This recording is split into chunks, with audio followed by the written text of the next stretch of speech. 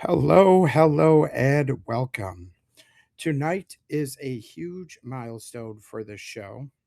Tonight is episode 50. I want to start off by saying thank you to each and every one of you.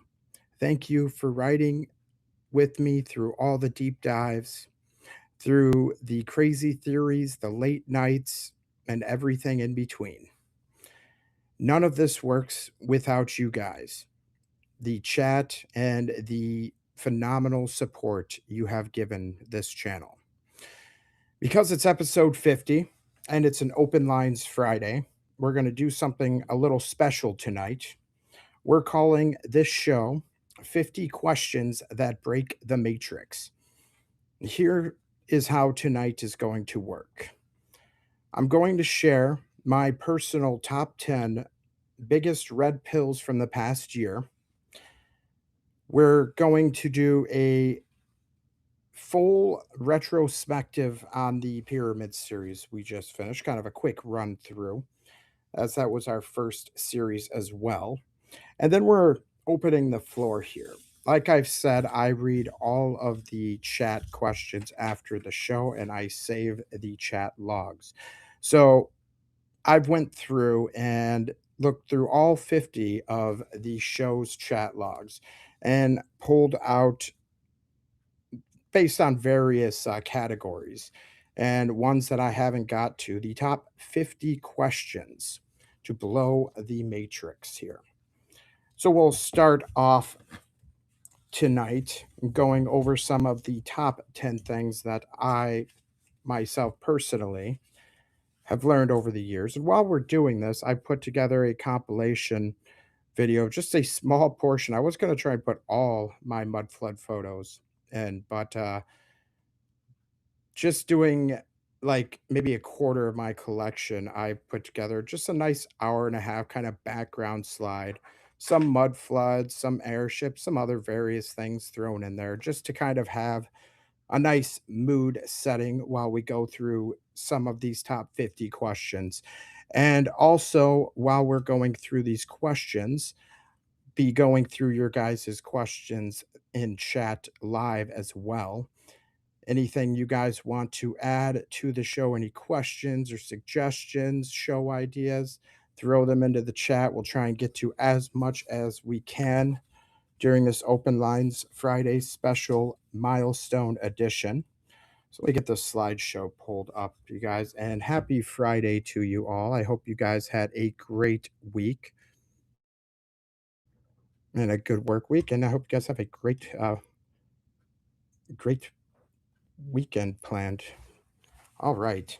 Let me try and put myself on the screen at the same time, folks. Bear with me.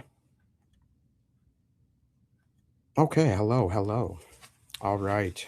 Cheers to you guys all in chat. Thank you all for tuning in live. I appreciate it. So, like I said, we're going to start off with some of my top 10 red pills of 2025, 2026 since we started this channel. Seems just like yesterday. Can't believe I already made it to 50.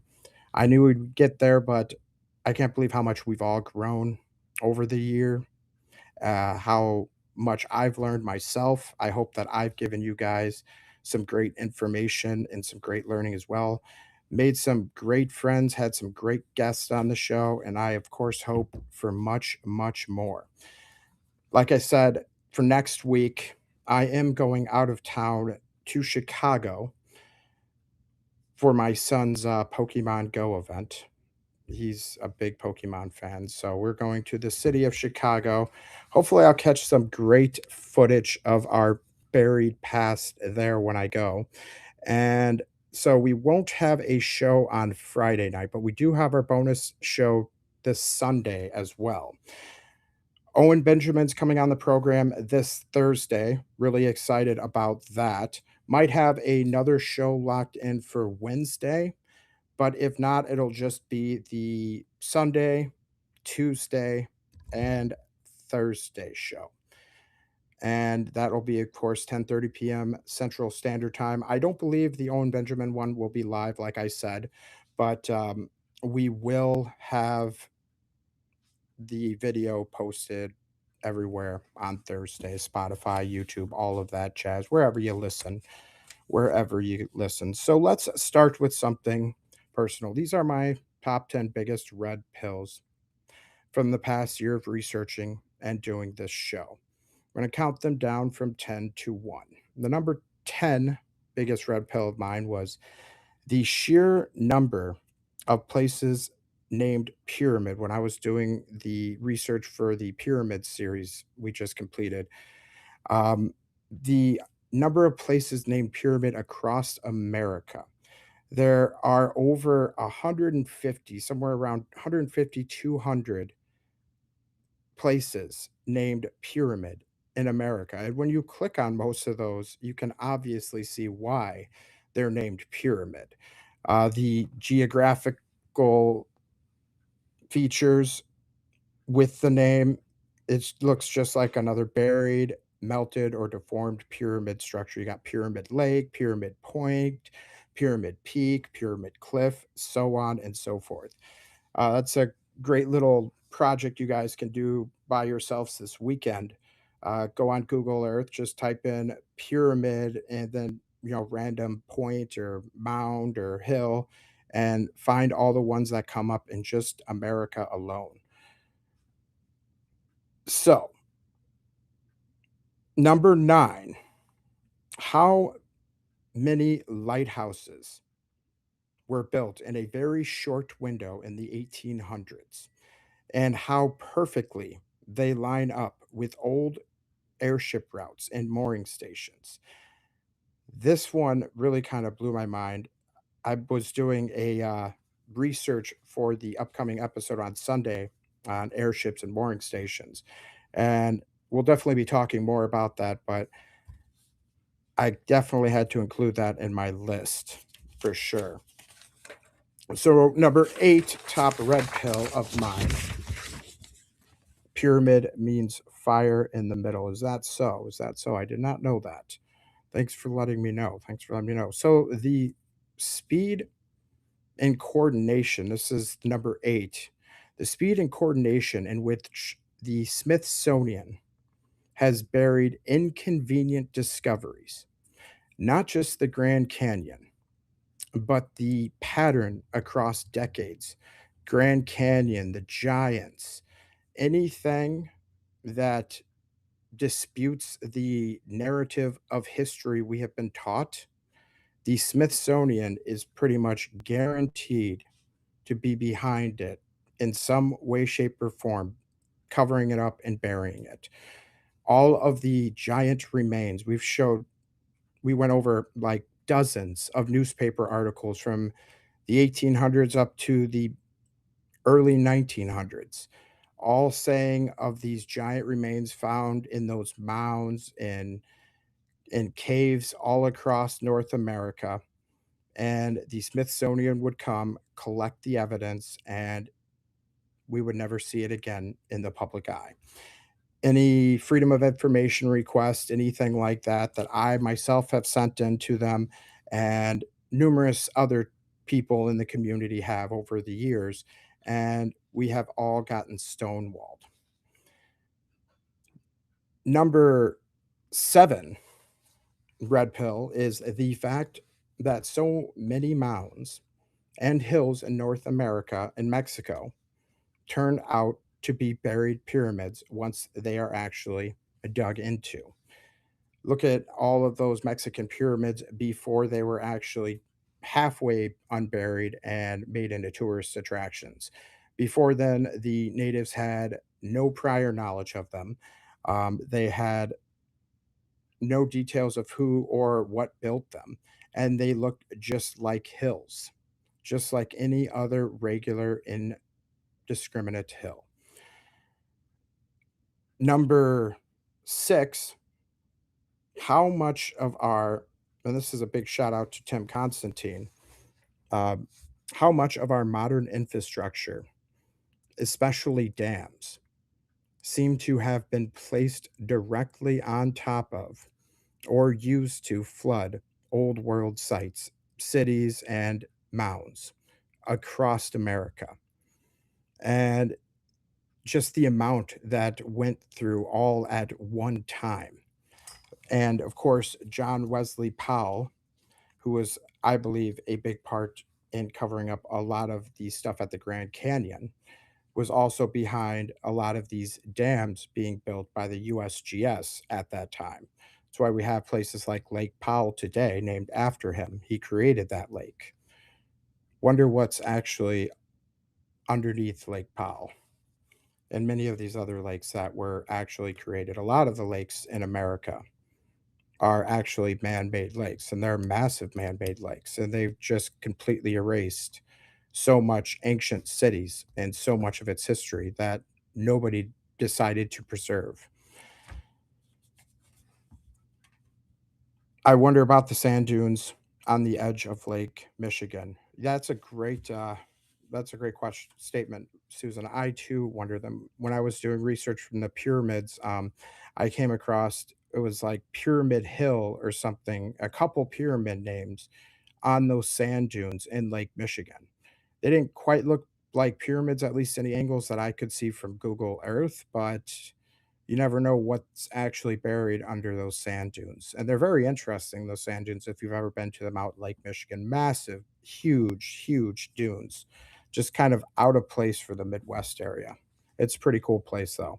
Um, so, number 4 here, or number 5, sorry, we're on the global nature of the pyramid pattern worldwide. Once you see it in North America, Mexico, China, Bosnia, and Antarctica, like we saw, it stops looking like separate cultures and starts looking like a one worldwide system, in my humble opinion.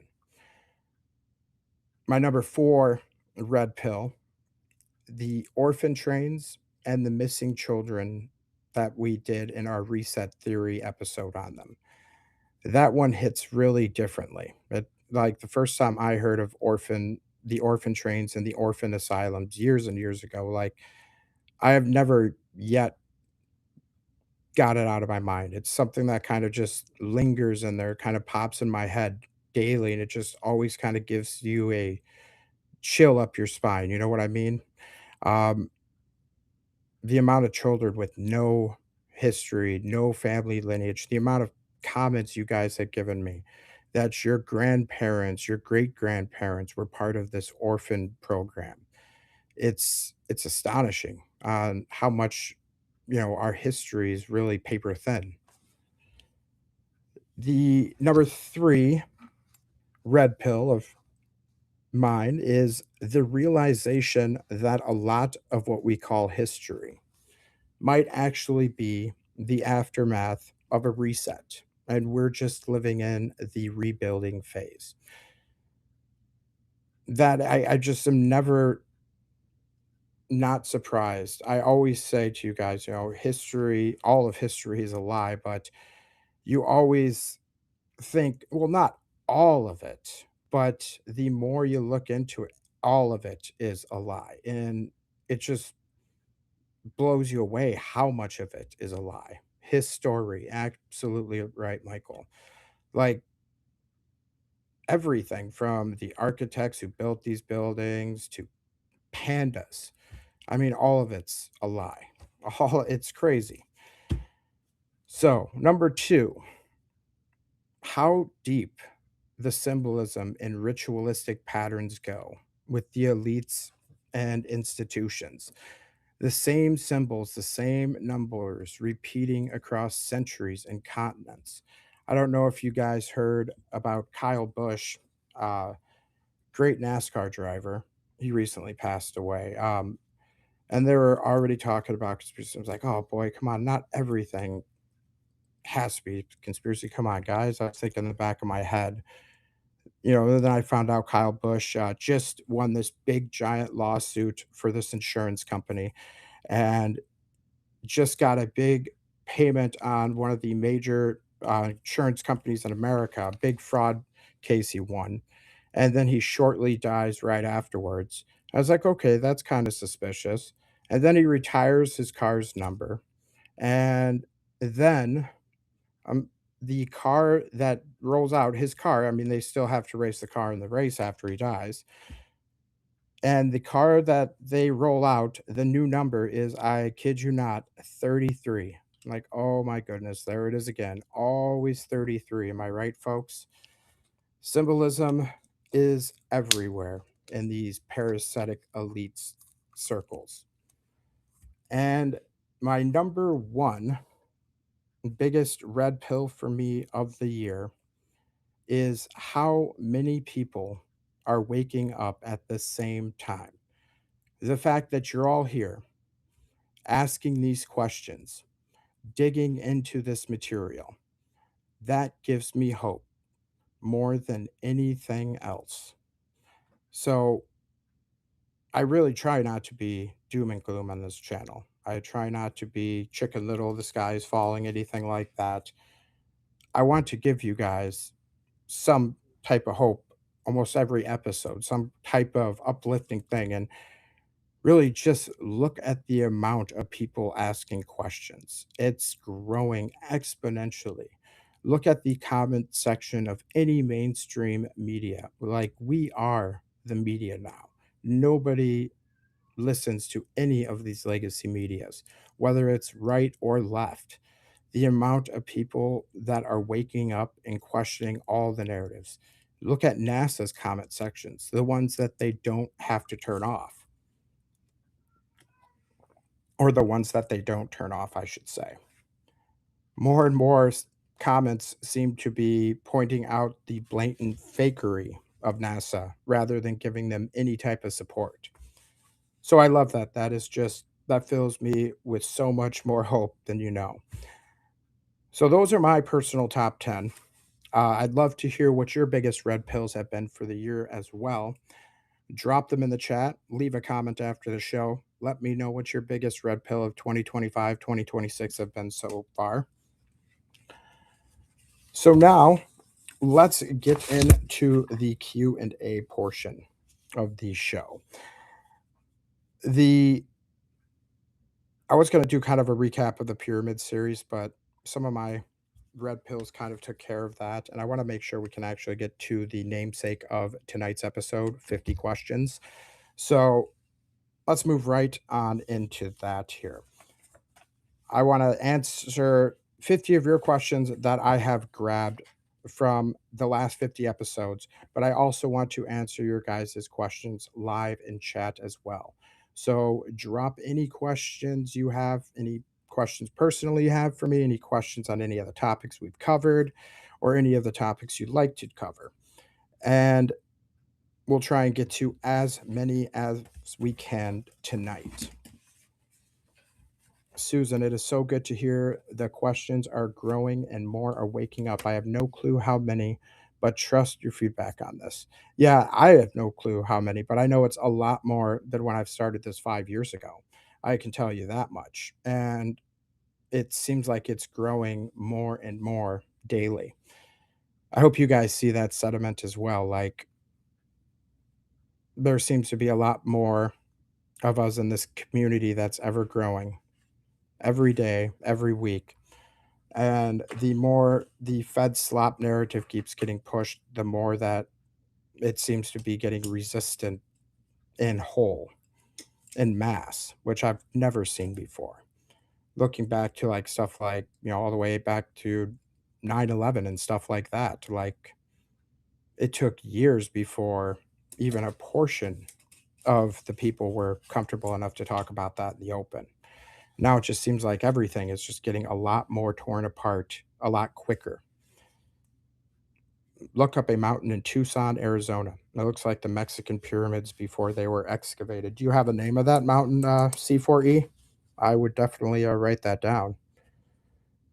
Arizona, folks, there is tons and tons of stuff in Arizona, tons of buried and melted history. So, yeah, give me a name of the mountain, or is it a mountain, like actually a mountain, C4E? Do I have a video dedicated to the number 13 truth? Been wondering about that. No, I haven't, Susan. I don't have a video dedicated to it. I've heard, about the number 13, also like angel numbers, repeating numbers, etc. Um, we could definitely put a video together for you guys if you'd like. Maybe drop it in one of my shorts like TikTok or YouTube shorts or something like that. All right. So I branched out these 50 questions in a couple different segments. First questions 1 through 12 that I pulled apart is going to be covering Tartaria, the mud flood, and the reset. Second segment of questions will be covering the pyramids and ancient structures. The third set of questions here will be covering giants, the Smithsonian, and general suppression of history like that.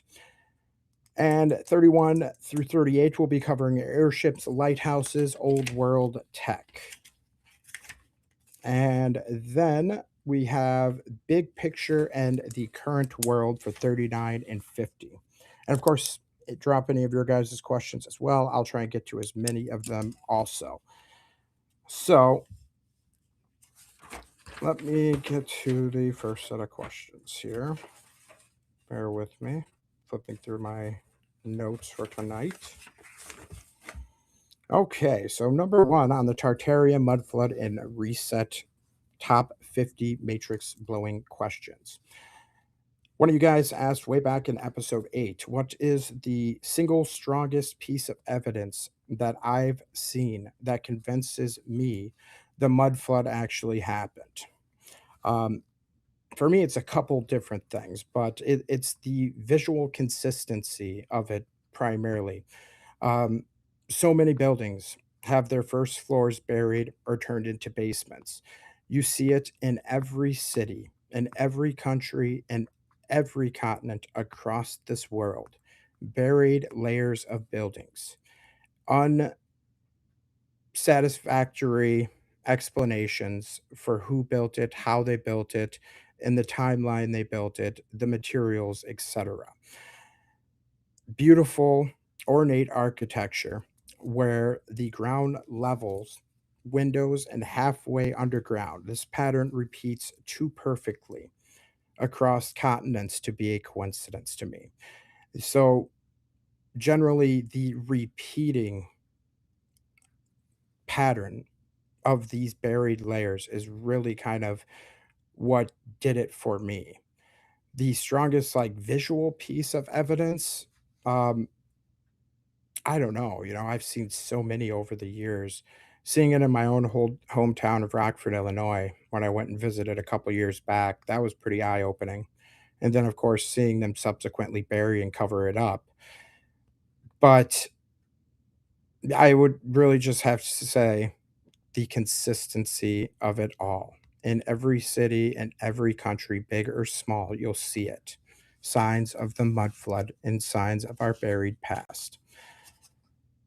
So number two, this was back during our Tartaria episode. If Tartaria was a real advanced civilization, why do you think it was erased so completely from history? Bottom line is control. A complete reset allows the new rulers to write the story from scratch. The old saying, history goes to the victors, right? If you can erase the previous civilization, you can control the narrative of human progress and make people believe we went straight from caves into the industrial revolution. So to me, it's all about, you know, who controls the history controls the world. And they don't stop just at history. It's a complete game of control for us.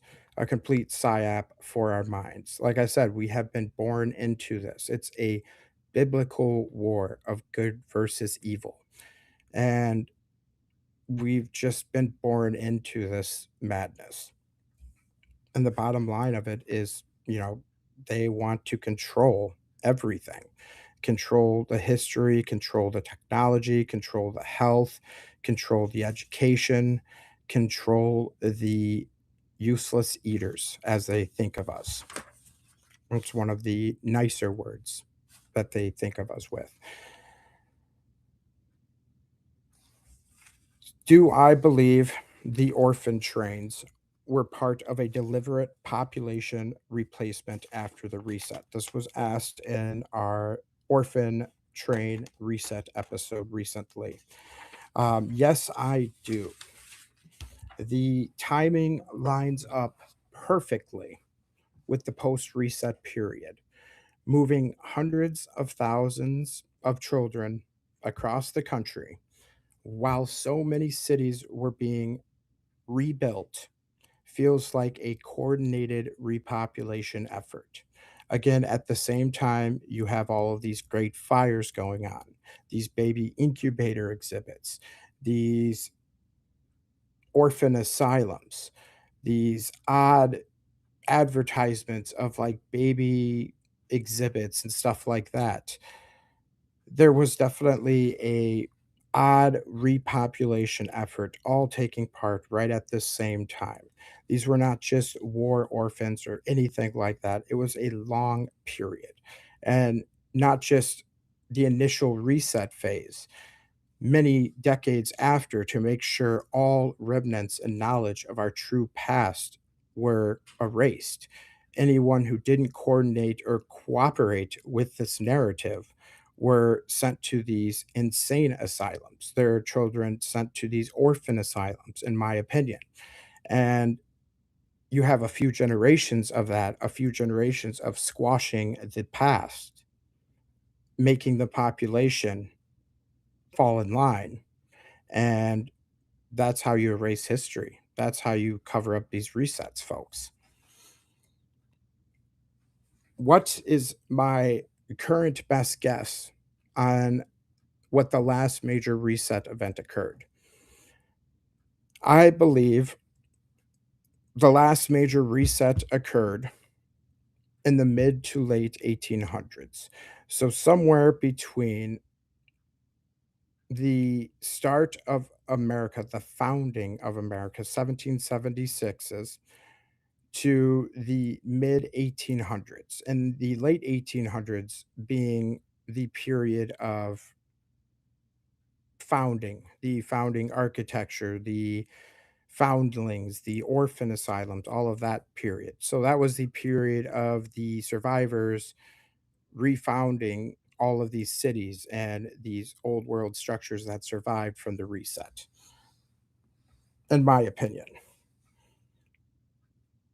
Why do I think so many old world buildings look like they were dug out of the ground rather than built on top of it? This was all the way back in episode 8, or in our mud flood episode here. Uh, Bottom line, because they were. I look at some of these pictures, the slides that we have going through as well. Um, the mud flood buried entire lower levels of cities uniformly across this realm. What we call basements were often the original first floors. The evidence is visible in almost every old world or old American and European city.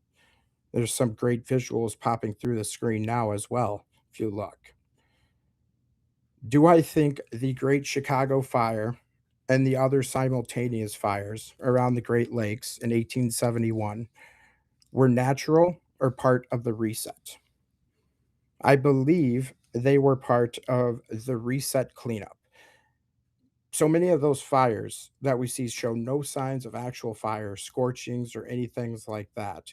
They were either coordinated directed energy weapons or remnants of these old world cities that these founders, these inheritors, have just rolled up onto. That's why the Great Chicago Fire, the Peshtigo Fire, all these fires, 7 fires simultaneously across Lake Michigan, all happened at the same exact time, but they had no coordination with each other, according to the mainstream. So the cow kicked over the lantern in Chicago in some dry, windy seasons that never have happened before in the Midwest, happened to set 7 cities across Lake Michigan all on fire at the same time. I mean, when you read a lot of history with an open eye, it almost looks like some garbage, like AI written attempt to explain the narrative, and it makes absolutely no sense. So, how much of our current history do I believe is fabricated or backfilled after the reset? And this was all the way back in episode 24. And to answer your question, a very, very large percentage. I think much of what we're taught is nothing more, as Napoleon said it best, a set of lies agreed upon. And it was a set of lies they agreed upon. We had no say or input in anything. They told us what to think and they reprimand us for thinking anything differently. A very, very large percentage, if not all of it. I think much of what we're taught as ancient or medieval history was either invented or heavily edited or outright inverted. The medieval times, the dark ages of humanity seems more like the light ages, the enlightened age of humanity. Then, I mean, just looking at their architecture alone, you can tell the difference in quality of life, it seems like. People that are proud of their cultures, their heritages, their countries, their cities, build the architecture to reflect that. Now look at the architecture we build today: bland, empty, characterless glass boxes. We fill our cities with them. They have no character, they have no energy to them. The architecture of the old world was made to uplift and inspire. The architecture today is made to trample and hold us down, keep us at a lower vibration. Susan, you ask, do I think time is speeding up? Sometimes I wonder maybe there has already been a recent reset. We just don't know. Maybe tied to CERN. That is a great question, Susan. And I was just talking about this with my wife the other day. I truly do believe time is going so much faster than it has. And I've heard this from everyone. And part of it is our perception of time, right? They say the older you get, the quicker time seems to go. True, but it seems in recent years, in the last few years, a finite time like has really rampantly went up. I know there's like a lot of little quirks. My wall clocks never seem to stay on time. Used to put in a battery in them and they would last forever and they would always stay on time. My clock in my car, I always seem to have to set it again. It always seems to get off by a few minutes after only a few weeks. And it's a newer car, new battery, all of that stuff. So it's nothing like that. But yeah, I always seem to have to set the clocks back or I had to catch up with the phone clocks. A lot of people have been trying to verify this, but with all the tools and metrics that we have to kind of test this scientifically, they're all going to be altered, right? I mean, best way you can kind of try and measure this is try and get a bunch of different wall clocks, the same batteries, and see if all of them seem to lose minutes. I've seen people try and, like, count the time, like, on a digital clock and while counting it out loud, and they said they consistently get to, like, 40 or 45 seconds, and that's a minute. I mean, if that's the case, if a new minute's only 40 or 45 seconds, then very much possible, and CERN does seem to be behind a lot of this as well, Susan. Um, Looking at all those Mandela effects, all of that stuff as well, all these odd, like, misrememberings mass amounts of us seem to have with so many different things. It does seem like stuff has been going on all around the time of CERN kind of kicking it off. I don't know if it's CERN, it's just an explanation we kind of latch onto or not. It could be something in this world around us naturally occurring as well. I'm not sure. Jeff, you said, I don't think time is going faster. How do you guys feel this? I don't.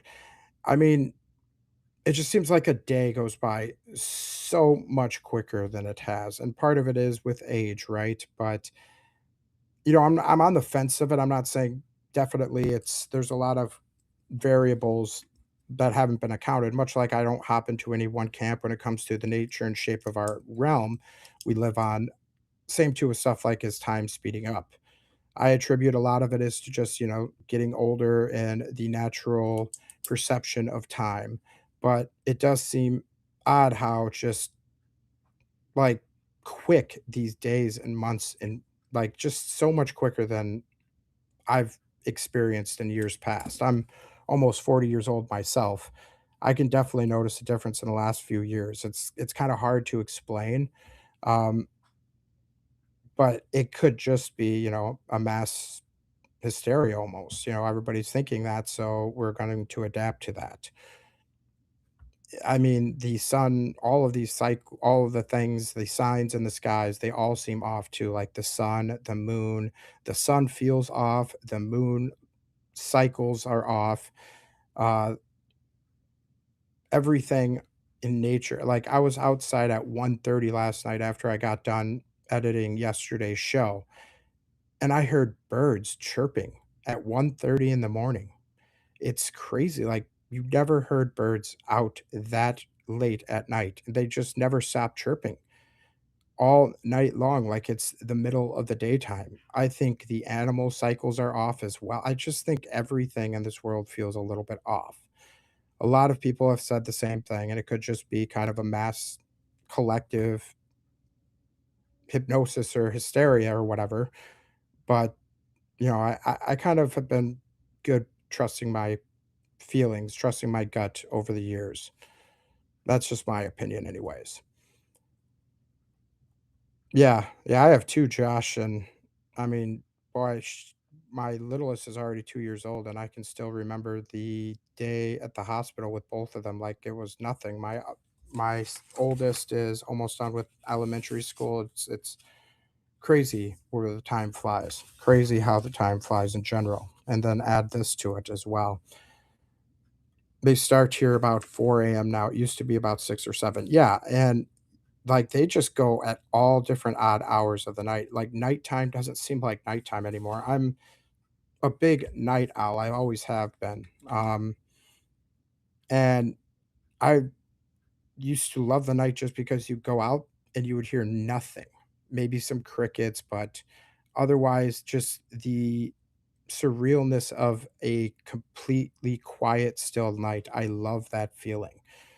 It's just such a calming feeling to me, but now anytime I'm out, no matter how late it is, I hear massive amounts of birds chirping like it's sunrise. Susan, you said the kids of the next generation are just not being taught well at all. Very low cognitive ability and skills. Makes me shudder to think of it all. I see it daily. The bar is very low for high school. Oh yeah. Oh, it so is. I was watching a video where these kind of man on the street interviews. They're just asking basic elementary school questions. Who was first president of the United States? Who did we go to war with for our independence?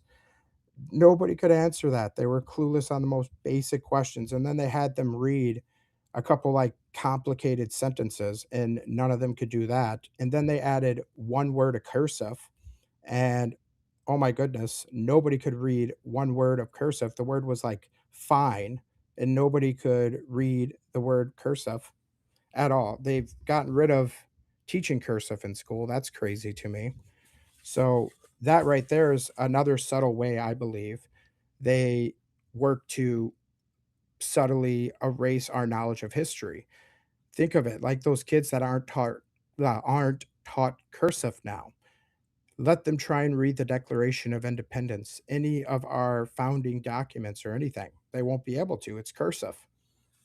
A lot of us would have a hard time reading that level of cursive, that level of writing back in the 1700s. The penmanship back then was beautiful. It was like a work of art in itself. Okay, where am I on these questions here? I want to try and get 250. I don't know if we'll get to that. Do I think we are still living in the aftermath of a reset season? Um, yes, I absolutely do still believe we are living in the aftermath of a reset.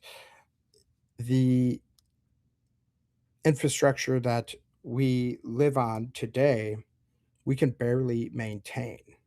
The roads, the sewers, the plumbing, the electrical infrastructure that our grandfathers and our great grandfathers have built.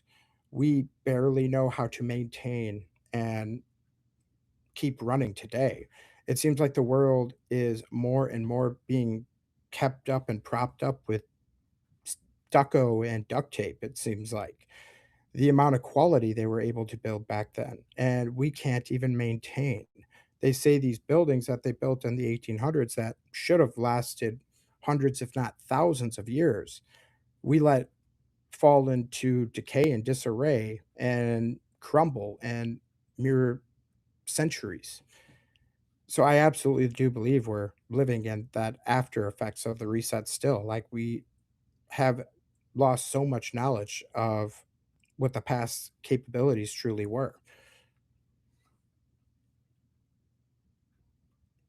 So I just taught my second grader Roman numerals today in homeschool. That's great, Scott. Yeah, that is great. Yeah, Roman numerals is another thing they're going to completely stop teaching us, I assume. They taught Mike, you said they taught me cursive starting in third grade in 2008, I believe, and stopped where I went to middle school. Yeah. They still taught cursive in my school. I graduated in 2006, but yeah, I know like I believe maybe like yeah, around when you were in school, they just completely stopped. Right around when they did the whole change up to how math is done. Oh, that's crazy how they made the basics of math, like addition, subtraction, division, like so much more complex with so many more extra steps for these kids. They can intentionally make them confused and frustrated by it. So they just rely on their phones and their smart devices to tell them what to do and think. That's how I think a lot of curriculum is designed today. Every class, every kid has a Chromebook and they do a bunch of stuff on those little Chromebooks nowadays more than actual reading, writing, arithmetic. Go to the banks these days, they can't count 20, 350 notes. I believe it. I believe it. It's trying to yeah, getting change these days is they always get perplexed by that even. Number 10. Why do I think, and this was during our episode 33 question asked then, why do I think the elite bloodlines seem to have knowledge of the reset that the public doesn't?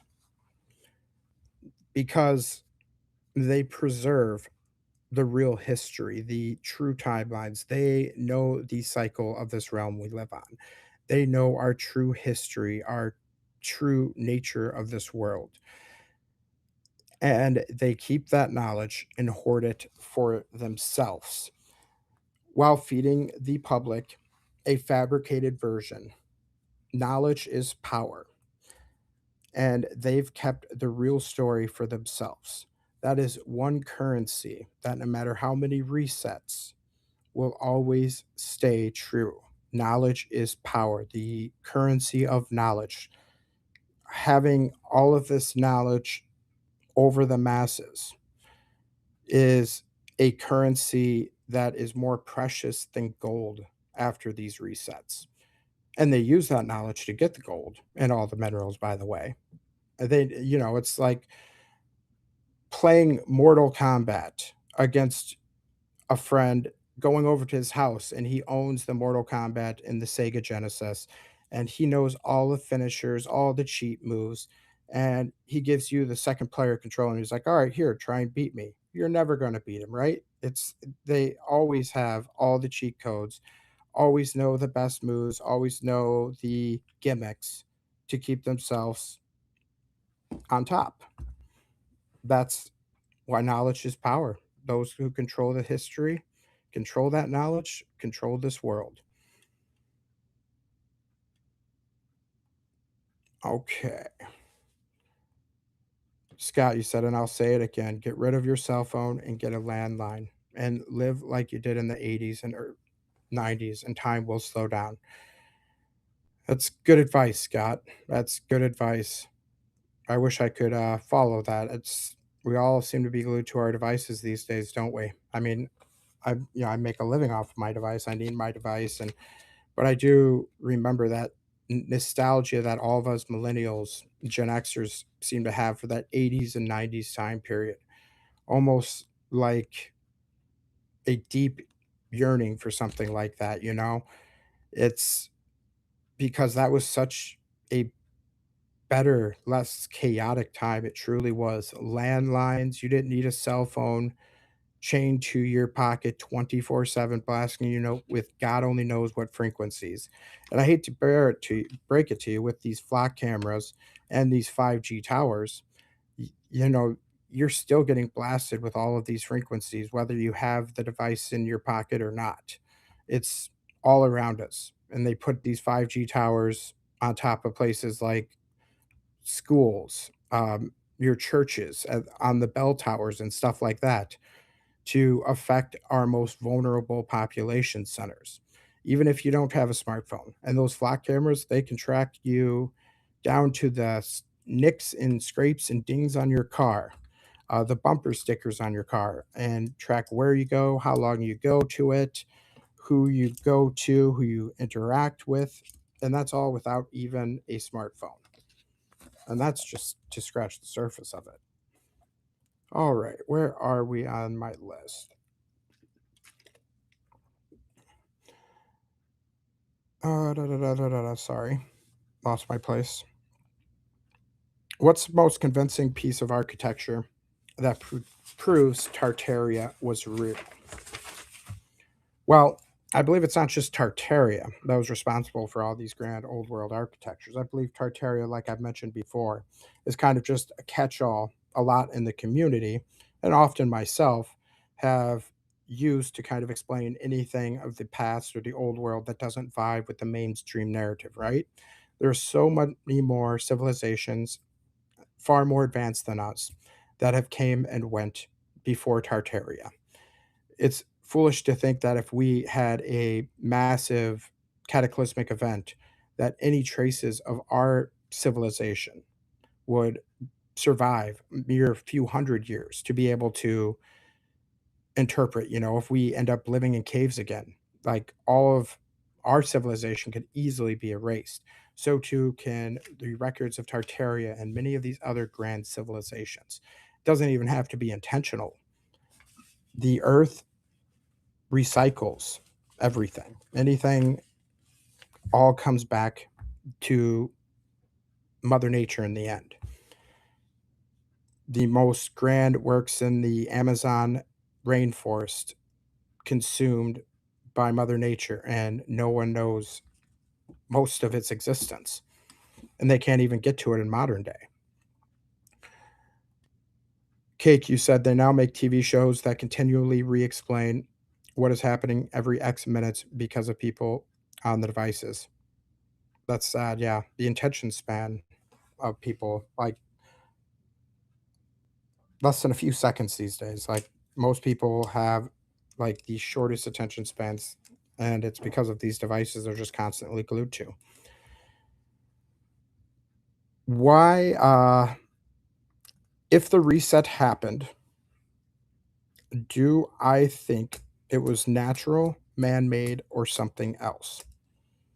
Well, that's a great question. As I've said before, I kind of am on the fence on this one as well.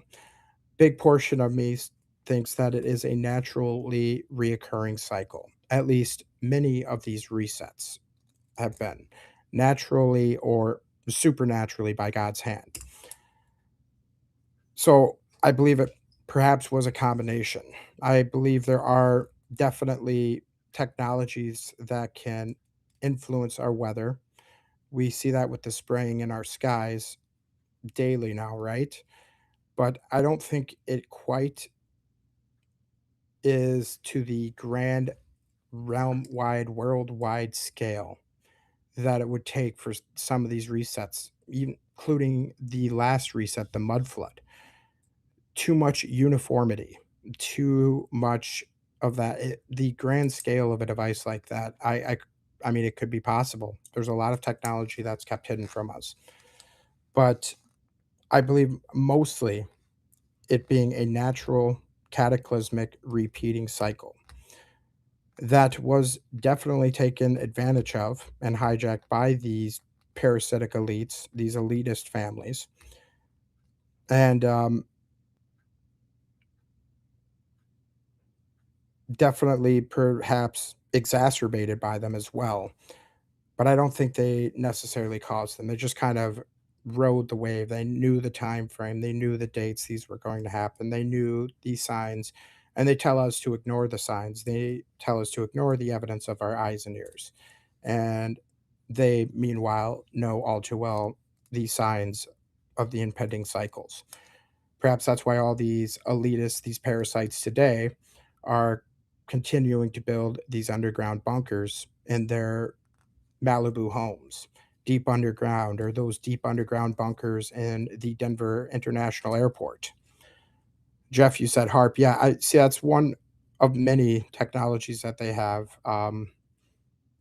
That does definitely influence the weather, that influences these cycles of events. One big theory that goes around in the community as well that I haven't really done too much due diligence on, but it definitely, the more it gets passed around, it raises an eyebrow. There was no winters back in the old world. That was perhaps how they were able to have this large sprawl across, countries like America with such brutal winters. There was no winters until the elites, the parasites, invented it. So that's a pretty large scale type of HARP event. But they say they shut down HARP, right, Jeff? I'm sure they actually did, right? They were lucky with money to begin with. Yeah, luck had part to do with it, Mike. But I think sometimes luck isn't everything. It is said we are allowed only 120 years of life, so we never live through an entire cycle. I've heard that before. One more quarter. I've heard that one before. It's like what, four generations of a cycle, like 320 years. So yeah, that's a very interesting theory. A lot have has made. I can't remember who. There's a big one in the community that says like I think it's every 113 years or 120 years. All these pics confirm my thoughts about the moon being the flood causer. It powers up, moves closer for a few months, and all the water raises and moves mud everywhere. That's a great thought, Cake. And one thing I've noticed, I'm sure you guys have as well, how odd the moon cycles are. We have so many more like just giant moons as they rise and set in the horizon. I've never seen moons, number one, just have such an unusual cycle. Like it's there one moment at one night at 8 o'clock, and then it completely disappears from the sky the very next day. And just the stages of the moon too. I've never seen the upside down crescent moon so much in my life than I have the last couple years. And I know a lot of people say the moon is nothing but a plasma. It's not a solid object that we can go to. There's a lot of odd evidence about that, but I mean, if you amplify a plasma energy, you could definitely get the rising tides from that. And if they can kind of crank that up from where they usually are to a little bit higher, yeah, absolutely, that could cause a reset cycle. Very interesting indeed, Cake. Good thoughts. There is now a cycle of the moon, the Chester smiling cat. There never has been that in the past history. Yeah, they add so much like random names to these events and these things that we see, and we say, hey, that's odd. That's not right. That's not regular. And they're like, oh, no, that's the Chester smiling cat phase of the moon. You've never heard of that. Or you just bunch of conspiracy theorists. Yeah, it seems like, I don't know, shifting timelines or what. That could be some kind of absurd thing, but it seems like they make up more and more absurd terms daily to explain away what we see. All right, so next section of my questions here is going to be on the pyramids and ancient structures. Let's take a minute sponsor break real quick, and then we'll go right back to my 50 questions and your questions also. Keep them coming in the chat, folks. We'll be right back. A quick shout out to this program sponsor, Riverside. If these live shows sound smooth and clear, that's Riverside making it happen. Killer audio, zero hassle, and it works every time. Even on long nights like tonight. I've tried a bunch. This is the one that actually delivers. Want to start your own podcast? You should totally do it. Make your voice heard. Grab my link in the bio or show notes. It's an affiliate link, helps support the show, costs you nothing. Thanks for listening. Now back to the mysteries. A quick shout out to this program sponsor, Riverside. Okay, we are back here. So let's get right back into your questions and more. Real events used to happen once in a blue moon. No one says anything. When the moon turns red all the time, yeah, the moon turns red all the time. I remember like a red moon or a blood moon being like, yeah, like you said, once in a blue moon, but it seems like it happens like every other week. And I'm telling you, when you see the moon rise and when you see the moon set, it is so massive. So like it looks like it's getting closer almost. I've never seen the moon so massive than I have in these last few years. And most people just never look up, never actually notice. And when you point it out, they say you're crazy for it. But it's good to see a lot of other people noticing the same thing, though, isn't it? That's one thing you guys should have reassurance in this community that's growing more and more daily. If you guys were all crazy, if I was crazy, then there wouldn't be so many other people flocking to this community, waking up and noticing and saying the same exact things. We would have a massive argumentative chat. People saying, no, I've never seen anything. I've never heard anything of that in my life. You guys are all crazy. No, we're all hearing this. We're all experiencing this. I believe we are living in a very, very special time in our history. I believe, like I said, I don't like to be the doom and gloomer type person, but I believe we are living in a, milestone period. I don't know good or bad necessarily what will come from it, but I believe we are definitely living in a historic period. Just look at all the things us millennials, Gen Xers experienced in our short times here so far. 9/11, Great Recession, that's never really stopped, these endless wars, COVID, all of this stuff that we've experienced. And we still got a long way to go, folks. So, what is the strongest evidence? This was all the way back on our Giants episode, one of the first episodes we've done, like 6 or 7, I think it was. What is the strongest evidence I have seen for the existence of giants in North America? The sheer number of newspaper reports from the 1800s and early 1900s. And we're not talking about some little hodunk cities like newspaper. We're talking about major publications.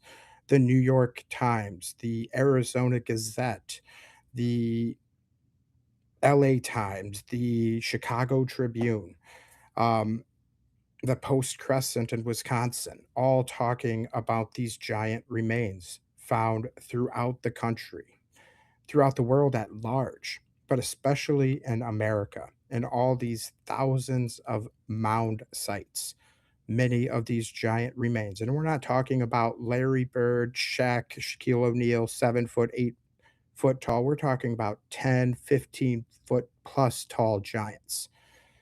Even Abraham Lincoln, in a campaign speech in Niagara Falls, talked about the giant remains that once gazed on these beautiful falls of Niagara. The giants, that their remains are now in these mounds throughout the land. I paraphrase the quote roughly, but he was talking about the giants in the mounds, the remains of the giants that once looked on America as they did. The Devil's Tower, the giant trees. Oh, yeah, giant trees in the Devil's Tower. Some people say Devil's Tower is like the petrified tenant of a giant, like the leg muscle of a giant. I don't know. That's what one of the big researchers in the mud fossil field. I'm kind of a jack of all trades, I guess, in the history field. I like all subjects. I don't kind of just focus on one area, but Mud Fossils University, I think he says it's a giant tenant, like a giant leg muscle or something. I definitely say it looks more like the cell structure of a giant tree, and that's what I'm sticking to. And if you just look at it from the side, the top, it all just looks like the ancient remains of a giant tree. So, like I said, just generally for the giants question, the sheer number of newspaper reports from the 1800s to 1900s, and the way they're worded too, they weren't astonished, they weren't blown away. This wasn't ground-breaking discovery found in Ohio bound. They were reporting on it as common as they were reporting on the local news of the day. It was just like a matter of fact reporting. The fact that so many of them, just it was common knowledge. It wasn't like some myth or fable. They were finding them all throughout the hills of America, and I'm sure they still do. Why does the Smithsonian have such a bad reputation in the hidden history community? This was a question a couple episodes back when we were talking with Tim Constantine, about the dams and the cover-ups of the history there. And basically, why the Smithsonian gets such a bad rap in the truther community is because of the evidence that we've uncovered of them erasing evidence, right? Their long history of collecting artifacts, collecting remains of giants, collecting artifacts from the ruins, the supposed ruins, I should say, of the Grand Canyon, the Egyptian site there that they just had documented evidence of them being at these sites, and then they just collect it all up and it's never seen again. There is no transparency. The Freedom of Information Act, anything like that, any tools that us John Q. Publics have to hold these institutes like the Smithsonian. And it's, don't get me wrong, I mean, the Smithsonian's just one of many. But in America, they work meticulously to try and paint the picture that nothing ever advanced has stepped foot in America prior to us. And anything that had, like the Smithsonian, is one of, many, many institutes in just America. that work to cover it up. Um,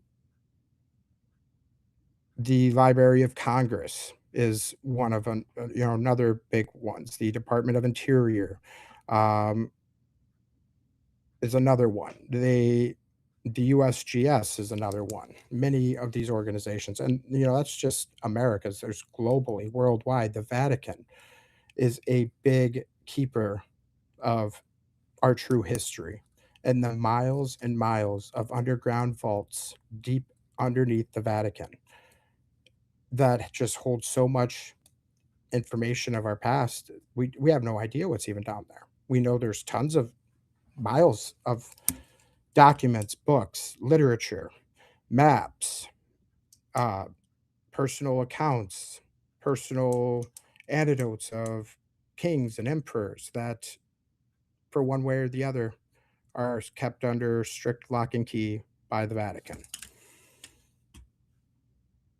Okay. Mike, you said the Book of Enoch speaks of giants. Yes, they do. The Book of Enoch, the Book of Giants, one of many books left out of the current King James version of the Bible. All talk about giants. Even the base version of the Bible today, Genesis, talks about Nephilim, giants, the fallen angels. Many, many references. And not just the Bible, every other religion talks about giants. The Quran, uh, all of these major religions talk about giants. All of these major civilizations the world over talk about giants. And we are just to ignore what all of our ancestors have told us as nothing more than just fairy tales and myths.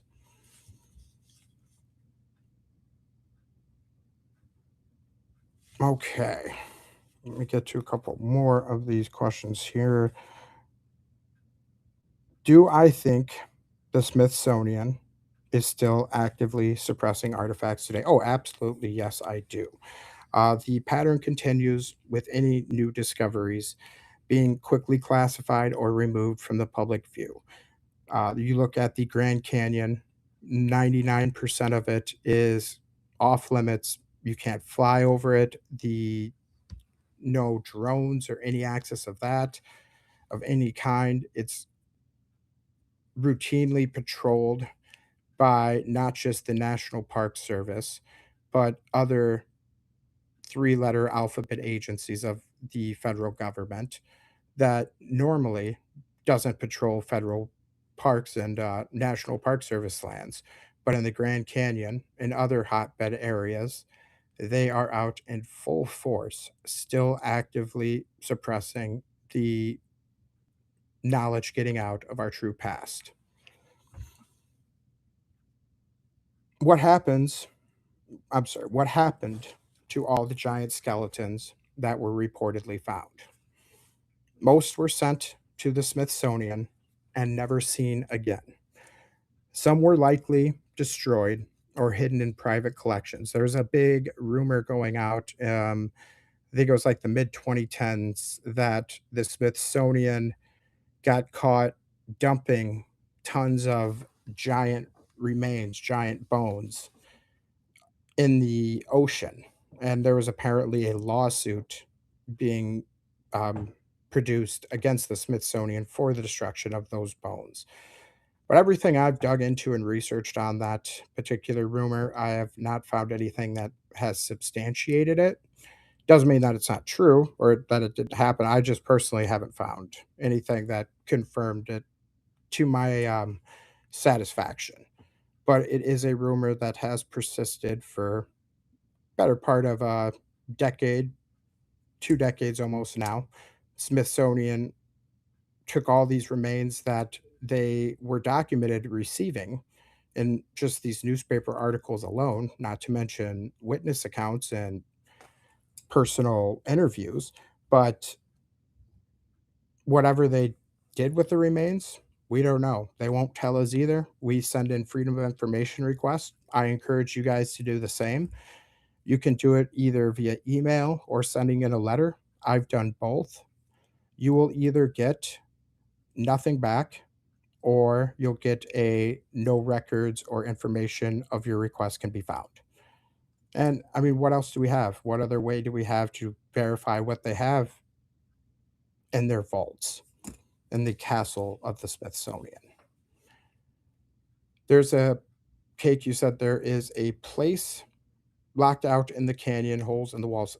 There's a lot of places locked out in the canyon, in the Grand Canyon, since 2020 and long before 2020, since originally the Arizona Gazette article in what was that 1908, I believe it was, the Kincaid study or the Kincaid article in the Arizona Gazette that we had talking about the Egyptian city and the Egyptian mummies and Egyptian relics and hieroglyphics that Kincaid found. Since then, they have shut so much of those caves off, and in 2020, officially, all caves in the Grand Canyon are completely closed to the public. They are not just closed saying you can't go there, but they lock them up with gates. They intentionally cave them in. They cover the entrances with concrete after the cave ins, and they actively patrol those areas. Basically, you can only go hiking or exploring on like very few select trails and paths in the Grand Canyon, much like we find the case with expeditions to like Antarctica. Um, if you want anywhere else off of the trail guides, you have to get a special trail permit, and it's handed out kind of like a lottery system. Like very few passes are given out, and you have to have very specific reasons and intents. And like I said, very few passes to go anywhere off of the officially approved paths to the Grand Canyon are ever given out. Lots of the US government throws everything in the ocean from nuclear waste to Osama bin Laden and Megatron. Yeah, that's very true, Mike. Megatron, Osama bin Laden, weapons of mass destruction, and probably Iran's weapons of mass destruction too once we supposedly find them, right?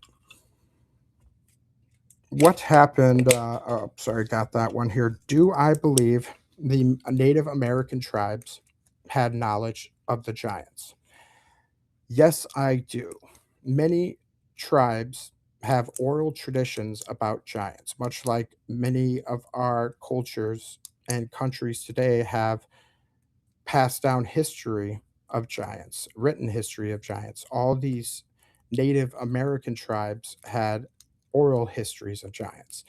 Uh, More famously, the Lovelock Caves in Lovelock, Nevada, a group of red-headed cannibalistic giants were at war with the native tribes in the Lovelock region.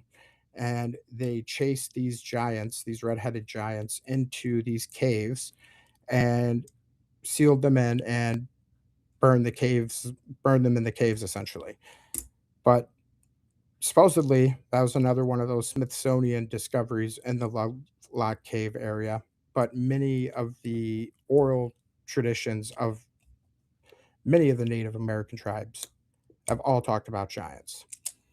A lot of them white, red headed giants with an extra row of teeth and six fingers and six toes. Very interesting how that same description gets passed on and on. And the same description of a red-headed giant was also allegedly dispatched of in the caves of Afghanistan, I believe, at the early start of Operation um, what was it? The 2000s blitz on Iraq and Afghanistan, the war on terror, the initial stages of it. Apparently, there was a cave in Afghanistan with these red-headed giants, and our special forces supposedly engaged these giants and dispatched of their remains and took their remains out of those caves. Also, the discovery of Gilgamesh's tomb was a declassified email to then Secretary of State Hillary Rodham Clinton, uh, talking about the discovery of Gilgamesh's unsealed tomb. And I mean, those are part of the WikiLeaks documents from over a decade ago. Man, it's crazy how much like information that has came out over the last decade or so. Another way for you guys to, keep the hope, keep the faith. More and more is coming out daily. We're learning more, and more is getting uncovered. More whistleblowers will come forward. Will we learn all of our answers to the questions we have? That's doubtful, but it's a generational thing, folks. We're going to pass this knowledge on to our sons and daughters, and we're going to instill the importance of learning this history, learning our true past and our true capabilities. And they're going to pick up the mantles after we are gone. And I have no doubt with just how much eagerness, ambition, and commitment all of you guys in this community have had. Uh, there's no doubt in my mind that we will do this with our generation. It might take a few generations, our sons, our daughters, our grandkids, but we will continue on. Let me see. Where was I on my question list? We actually got through a lot more of my questions than I thought we would so far. What is the most suspicious cover up I have researched? Boy, that's a great question. That was asked last episode, actually. The most obvious cover up. I mean, if you're talking about recent times, I'd say the Charlie Kirk one. That's definitely a big ongoing cover up. JFK cover up. That's another big, huge one. Uh, Historical. I mean, next to like the mud flood, the obvious resets and stuff like that. In just the last few like generationally wise of history, I'd really have to go back to the Grand Canyon discoveries. The immense amount of information that came out right away and then just got shut down quicker than anything. Coordination at that time period of history that was more impressive than almost anything that, in speed of coordination wise that even the social medias have today. And just even today, since that 1909 Grand Canyon discovery, you still like can't go anywhere near the sites of those Egyptian supposed Egyptian artifacts and Egyptian mummies and the underground caverns Kincaid discovered. You still cannot go anywhere near that. Mike, you said the driver shot JFK. I definitely know it wasn't some random communist in a book repository. Oh, I didn't mean for that audio part to pop on there. Sorry. Uh, Definitely wasn't no Lee Harvey Oswald. He was just a throw fall guy. You can go into the deep depths of that JFK conspiracy. That's a fun one. You think Jackie shot him, Mike? I never heard of the Jackie theory, Nephilim Hunter. You're gonna have to message me after the show, and I want to hear your theory on the Jackie one. I've heard a lot of theories. The driver shot him. Uh, a second sniper shot him in the grassy. No, tons of different theories. Magic bullet theory. I don't think I've heard the Jackie one. The 60s version of Erica Kirk, perhaps. Well, I don't think Erica Kirk physically pulled the trigger, but she definitely knows more than she's letting on. I'll just go there. Do I think Tesla was trying to bring back old world technology? Yes, that's the main kind of my main thought on him. I still go back and forth like we talked a little bit about yesterday. Was he actually real or was he actually accredited to as much of the works that he was said to have been accredited for? The fact that all of his research and discoveries were instantly seized by the US government at the moment of his death, going to the hands of Donald Trump's uncle, small world, right? The elite's small world circle there, right? He was working on wireless energy, ether technology. cars that would run on the atmospheric electricity. If he wasn't the inventor of this, he was definitely the rediscoverer of all of this. And perhaps he tried to get it to the public, but he was backed and funded by a lot of the elites that are still in charge today. I think, was it JP Morgan or was it Rockefeller that sponsored and funded a big portion of Tesla's work? So, I mean, you even have that caveat. Even back then, you have dirty money funding these supposed, you know, historical icons that we look up to, like Tesla. So who knows what his intentions were, or if he was truly as real of a inventor as they say he was. I mean, there's pictures of him. There's tons of information on him that he was a real person physically, but whether or not he did all the things that was attributed to him is another thing, and where he actually got that information. But I definitely think it was trying to bring like wireless technology back to us, like the wireless airship that he was developing, like a airship that could be powered on the energy from the ether above, like that could go 200 miles per hour with no propellers or no like propulsion system, just being charged by the ether. That was a concept that Nikola Tesla had on the books, and that's all seized by our government now.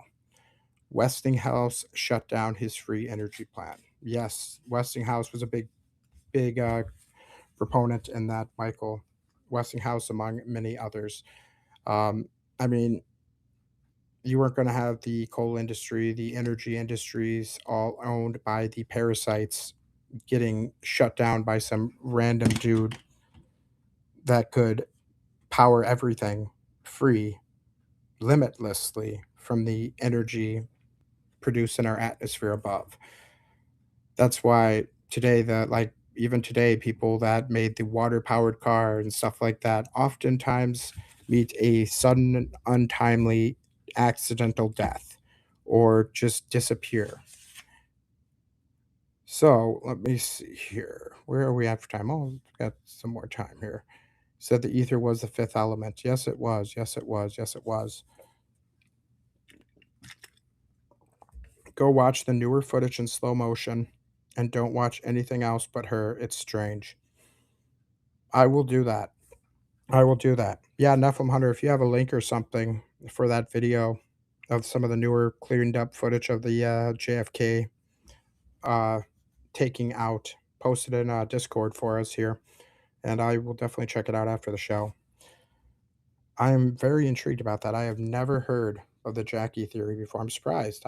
That's why I said, folks, even somebody like me who does this for a living, that deep dives on all these rabbit holes for the last 5 plus years. I mean, I've been digging into conspiracies and all hidden past for decades now, but doing this online and stuff, like I still learn stuff that just blows my mind daily.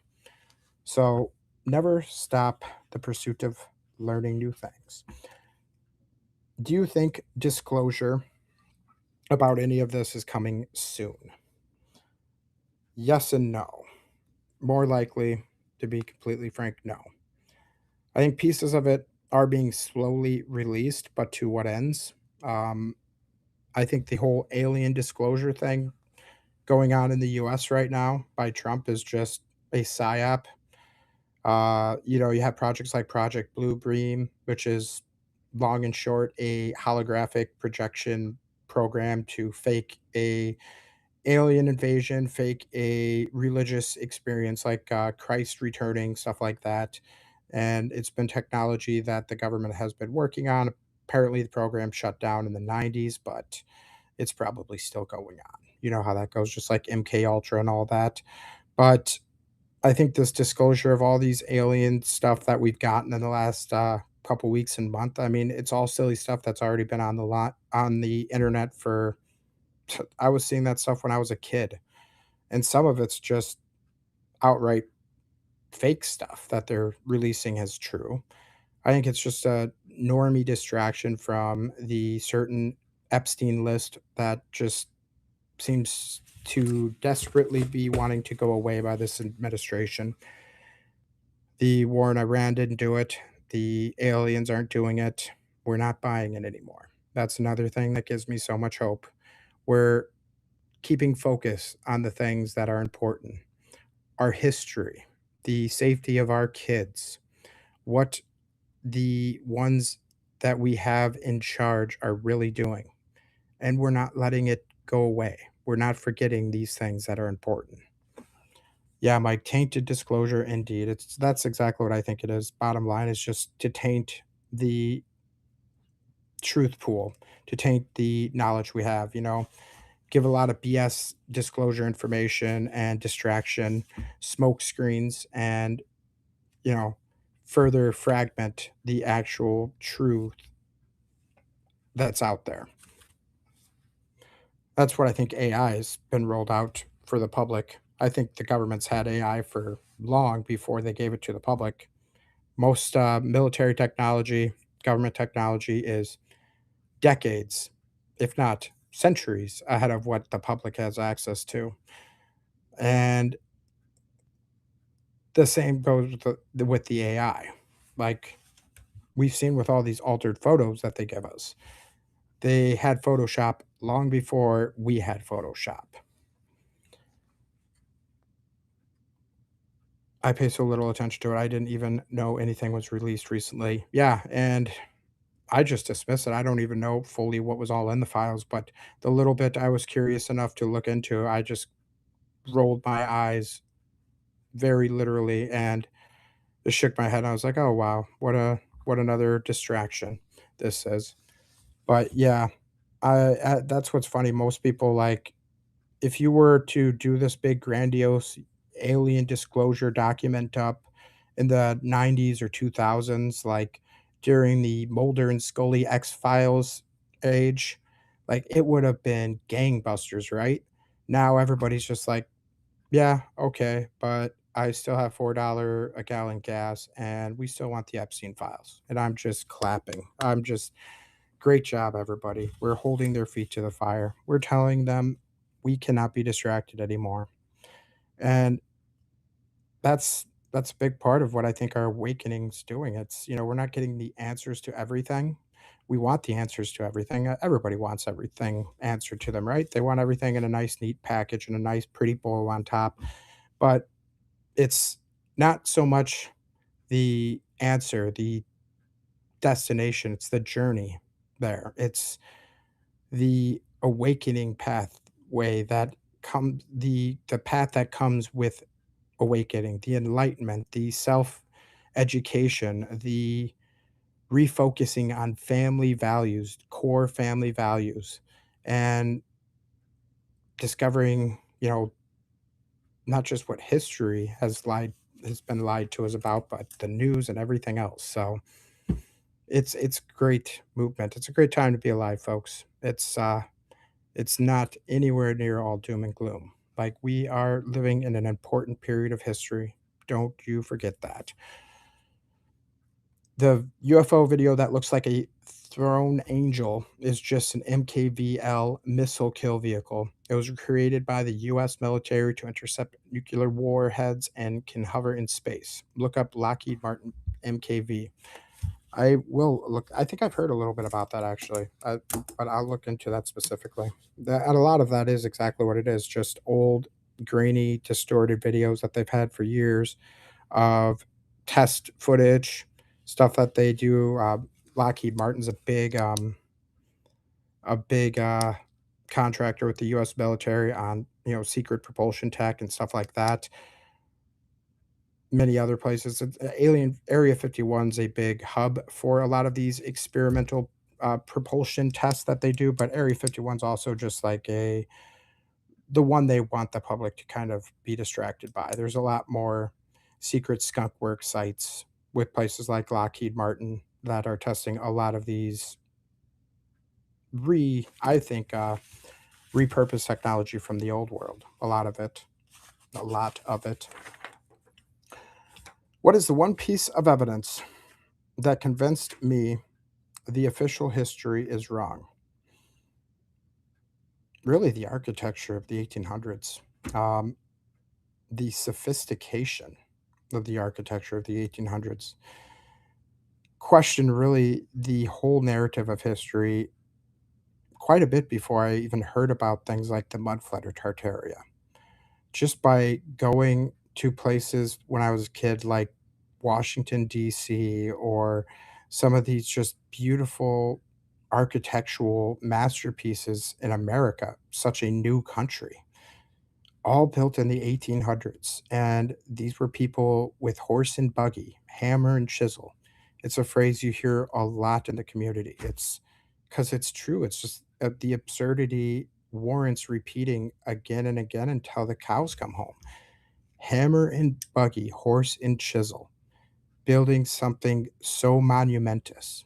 And it would be one thing if we still built anywhere near that, but we don't, and we can't. Not nearly to the scale that they do. It takes several years for them to build a high or rebuild a highway or on-ramp to a highway or a new on-ramp in my city that they built. It's took them almost 2 years, but they were able to build some of the most beautiful monumentous structures in many times less than a year's time. Uh, That absurdity really made me question the whole narrative of history. So that's the one solid piece of evidence I always refer to, even before I start bringing up the mud flood to people that are yet unawakened. Just tell your friends, your siblings that are still on the fence about some of this stuff. Don't even bring up the mud flood. Don't even bring up Tartaria. Don't even bring up the reset cycles. Just mention the architecture that they were building with these horse and buggy supply lines with no power tools, nothing but a hammer and chisel and just a good old hard work and work effort, I guess. And that'll wake up more people than you would think. The looking back at 50 episodes, what am I most proud of?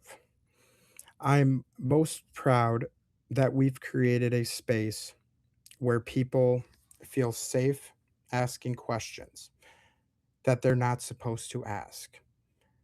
That we that I have built, such a great community. And you guys are some of the greatest followers any creator can ask for. I mean, I just hope that I have provided some knowledge in these 50 episodes. And I hope many, many more episodes are to come of us continuing to question everything about history, the narrative that we are given, past and present. None of it adds up. It's all a lie. So we made it well through 50 questions between your guys's and the questions that I had on my list. Didn't get nearly through all of my list, but we made it through tons of great matrix breaking questions, and it was a great milestone 50th episode talking with all of you guys. Episode 50 is officially in the books, but I just want to take a moment again to be real with you guys. When I first started this show, I was just some guy in my living room with a microphone. I was blessed with so many of you guys followed me over the years, but this continues to still be 50 episodes later, just some guy with a microphone in his living room. I definitely never imagined this many of you would show up week after week, stay in the chat, stay on Discord until 2 in the morning, and actually care about this stuff as much as I do. So, first and foremost, thank you, each and every one of you. Thank you to every single person who has ever watched a video, left a comment, shared an episode, sent a super chat, or just sat quietly in the back of the live stream, absorbing all of this. Whether you've been here since episode 1 or you just found us last week, you are part of this now. This community is special, and I don't take that for granted for 1 second. Looking back at these 50 episodes, we've covered so much ground: the mud flood, Tartaria, giants, star forts, airships, the orphan trains, pyramids, and so much more. So many late night rabbit holes that turned into full blown investigations. Some nights I'd finish a show and just sit there thinking, did we really just go there? And the fact that you guys kept showing up and wanting more means everything to me. This show has changed me too. It's made me more curious, more skeptical of the official story than I even thought possible, and honestly, more hopeful because I see how many of you are awake and asking the same questions. That gives me real hope for the future. We have only just gotten started, folks. There is still so much more left to uncover, so many more connections to make, and so many more episodes ahead. I've got some big plans for this channel moving forward, and I can't wait to share them with you in the coming weeks. So, once again, thank you. Thank you for being here. Thank you for questioning everything with me. And thank you for making episode 50 feel like something worth celebrating. I hope you guys all have a fantastic weekend and don't spend it all deep underground in those rabbit holes. Come up time to time, especially this beautiful summertime weather coming up. But until next time, friends, well, I should say, let me just reiterate we will have a bonus episode this Sunday. Normal time, 10:30 p.m. Central, live. We'll be talking about airships and lighthouses, mooring stations, and more. But have a great weekend. Thanks for spending your Friday night with me. Question everything, friends. Until next time.